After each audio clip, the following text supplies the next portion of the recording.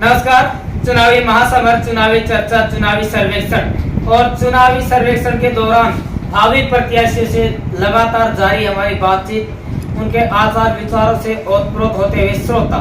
इसी क्रम में आज हम मौजूद हैं महेंद्र जिले के गांव छितरौली में वार्ड नंबर 6 से जो प्रत्याशी चुनाव लड़ रही हैं, उनके ससुर इस वक्त हमारे साथ मौजूद हैं। उनसे बातचीत करेंगे चुनाव को लेकर और जानने की कोशिश करेंगे। पूर्व में सुना है कि सरपंची भी इनके परिवार में रही है, गांव का विकास भी इन्होंने करवाया है। तो आने वाले समय में वार्ड का विकास कैसे करवाएं?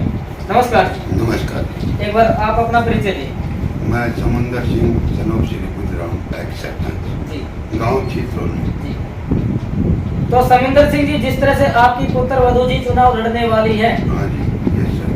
किस तरह से क्या विचार आया कि भी राजनीति में आपका राजनीति से संबंध भी रहा है, पूर्व में आपके यहाँ सरपंची भी रही है, हाँ जी। तो कैसे विचार आया कि भी गांव की सरपंची से ऊपर उठकर जिला पार्षदी का चुनाव लड़ा जाए, जिला पार्षदी की चौधर के लिए फाइट की जाए? हाँ जी, यस सर। हमारा ये विचार है कि छत्तीस बरादरी को लेकर और इलाके का विकास हो। जी, अभी बातचीत कर लेते हैं। काफी समस्याएं वार्ड नंबर 6 में है, हाँ जी। उनका समाधान किस तरह से करवाएंगे? चुनाव जीत कर जी, सभी को साथ लेकर जी। मन लगा के ईमानदारी से विकास करें। अभी बातचीत कर रहे थे, काफी गांव ऐसे हैं जहां युवाओं के खेल के लिए ग्राउंड नहीं है। नतीजन बहुत से जो युवा हैं वो बेरोजगार रह जाते हैं। अगर एक पार्षद आपकी पुत्र वधू चुनी जाती है तो किस तरह से युवाओं का ख्याल रखेगा? युवाओं का जहाँ खेल की ग्राउंड की कमी है जी। वहाँ पूरा करवाएंगे और जहाँ तक होगा रोजगार के मामले में हर एक नौजवान की मदद करेंगे, जैसी भी होगी हमारी। एक महिला कैंडिडेट चुनाव लड़ने जा रही है, तो बेटियों के बारे में बातचीत कर ले तो बेटियों के उत्थान के लिए, उनके विकास के लिए किस तरह से आप कार्य करने वाले हैं जिससे बेटियां सजग हों, सबल हों? बेटियों के लिए बहुत अच्छा प्रोत्साहन देंगे और ज़्यादा से ज़्यादा इनको महत्व देंगे।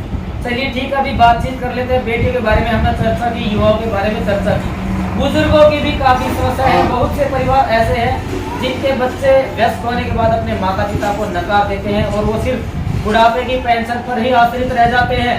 ऐसे में इस पर भी एक बड़ा सवाल खड़ा हो रहा है। चुनाव आजकल प्रदेश में चर्चा का विषय भी बना हुआ है कि भाई जो बुजुर्ग है उनकी पेंशन काटी जा रही है। तो अगर कोई बुजुर्ग आपके द्वार आता है अपनी फरियाद लेकर, तो उनका किस तरह से निराकरण करवाएंगे? वो जो जायज होगा और गलत कटगी उसके मामले में हम उसकी मदद करेंगे।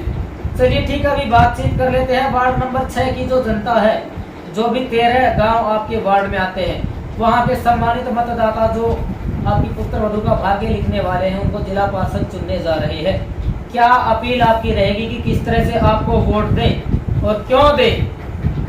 युवा, ईमानदार और श्रेष्ठ और शिक्षित जी, और इलाके की भलाई के काम के लिए वोट दें। सरहद पर देश की रक्षा करके देश सेवा करने वालों ने अब बीड़ा उठा लिया है राजनीति में सक्रिय होकर समाज का उद्धार करने का, वार्ड का विकास करने का। तो वार्ड नंबर 6 से जो प्रत्याशी है पूनम देवी जी, उनके हस्बैंड है, पेशे से फौजी है, देश के आर्मी मैन है, देश की रक्षा करने वाले हैं, देश की रक्षा प्रणाली को मजबूत करने वाले हैं और ईमानदारी से अपना कार्य है वो बेबाकी से कर रहे हैं। देश के प्रति अपना जो फर्ज है वो निभा रहे हैं। तो आज एक फौजी से मिलने का सौभाग्य हमें प्राप्त हुआ है। आइए उनसे मिलते हैं, बातचीत करते हैं और बातचीत के दौरान चुनावी चर्चा भी करेंगे और कुछ मुद्दे हैं उन पर इनकी राय अवश्य जानना चाहेंगे। तो आइए वेलकम करते हैं अपने आज के सबसे खास मेहमान का। नमस्कार। नमस्कार। फौजी साहब, सबसे पहले तो आपका स्वागत है आपके अपने न्यूज चैनल में। आपका भी स्वागत है जी, बातचीत कर लेते हैं। देश सरहद पर देश की रक्षा करते हैं, देश सेवा करते हैं। अब ठाना है कि भाई राजनीति में भाग्य आजमाया जाए, देश की सेवा भी कर रहे हैं, इसी के साथ साथ हमारा जो समाज है उसकी सेवा भी हम करें।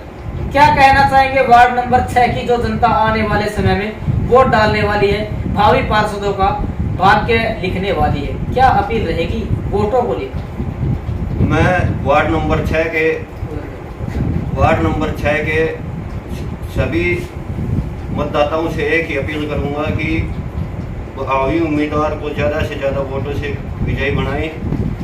हम पूरा सहयोग देंगे, हर वार्ड नंबर 6 के हर गांव का, और महिलाओं का साथ रहेगा और महिलाओं का सम्मान किया जाएगा। बातचीत कर लें तो बहुत से युवा होते हैं जो बिजीनेस के चलते अपना वोट नहीं डाल पाते हैं, ग्रामीण रूरल एरिया में भी ऐसा देखने को आता है। तो आपकी क्या अपील रहेगी जो वोटर्स हैं? हम देश पे वोटर पे देश की सेवा कर रहे हैं। मैं सभी मतदाताओं से एक ही अपील करता हूं कि अपना कीमती वोट अवश्य डाल के आए। बहुत बहुत धन्यवाद भाई। एक फौजी के द्वारा अपील की गई है कि लोकतंत्र में अपनी भागीदारी निभाएं, भागीदारी सुनिश्चित कीजिए और एक जिम्मेदार नागरिक होने का फर्ज अदा कीजिए। अपना वोट अपने पसंदीदा उम्मीदवार को अवश्य दीजिए। धन्यवाद। जय हिंद, जय भारत।